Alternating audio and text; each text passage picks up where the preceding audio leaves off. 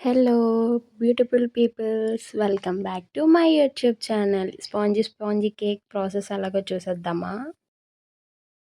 Cake నేను మైదాతో చేయలేదు, వీట్‌తో చేశాను. వచ్చేయండి ప్రాసెస్ చూద్దాం. First 4 eggs, vanilla essence, baking powder, sugar.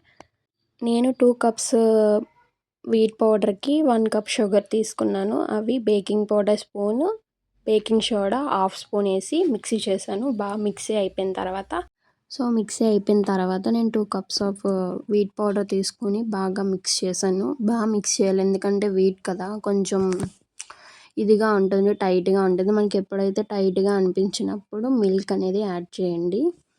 కొంచెం మరీ టైట్గా ఉంటే కేక్ అనేది గట్టిగా అయిపోద్ది, స్పాంజీగా రాదు.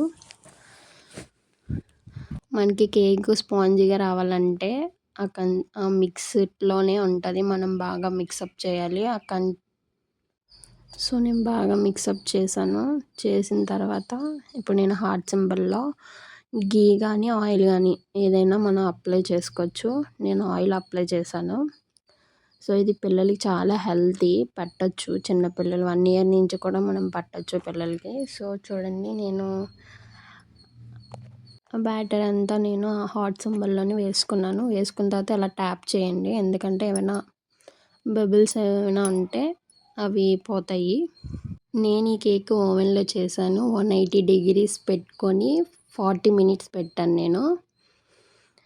ఓవెన్ కాకపోతే నార్మల్ హైలో ఒక 15 మినిట్స్ పెట్టి, లో టెంపరేచర్లో ఒక 20 మినిట్స్ పెడితే చాలు, కేక్ బేక్ అయిపోద్ది. చూసారా నా కేక్ ఎమ్మీ ఎమ్మీ ఎంత బాగుందో టేస్ట్.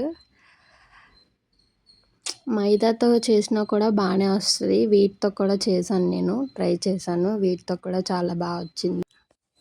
టేస్ట్ అయితే చాలా బాగా వచ్చింది, షేప్ కూడా చాలా బాగా వచ్చింది. ఒకసారి మీరు కూడా ఇలా ట్రై చేయండి. Okay, bye bye. ప్లీజ్ ఒక లైక్ చేసి వెళ్ళండి.